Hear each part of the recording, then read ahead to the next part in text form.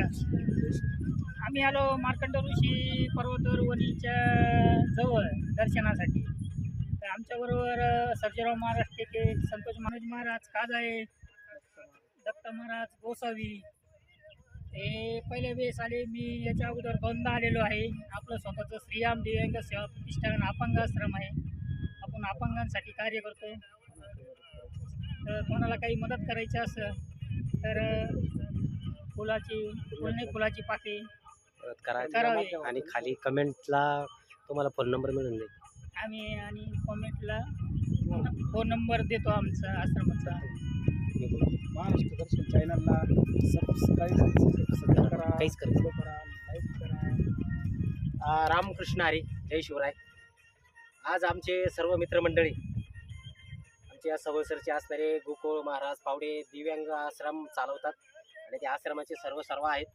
त्याचबरोबर आमचे नाथ भक्त आणि नाथ संप्रदायाची पताका खांद्यावरती घेऊन चाललेले आमचे गणेश महाराज गोसावी, त्याचबरोबर संतोष महाराज भाकरे शिवचरित्रकार, आमचे काजळे महाराज सुद्धा आहेत, त्याचबरोबर आमचे दत्ता महाराज. आज आपण आलोय महाराष्ट्र दर्शनवर, तुम्हाला दर्शन घडवतोय ऋषी मार्तंड ऋषी पर्वत. आणि या पर्वताची आख्यायिका तुम्हाला माहीतच आहे. नवनाथ कथासार ग्रंथामध्ये सर्व उल्लेख आलेला आहे की या गडावरती नाग अश्वस्थ वृक्ष, ज्या वृक्षावर यक्ष 64 योगिनी वीरभद्र मारुतीराया 12 दिक्पाल सर्व या ठिकाणी विराजमान, देवदेवता सर्व विराजमान या ठिकाणी होते.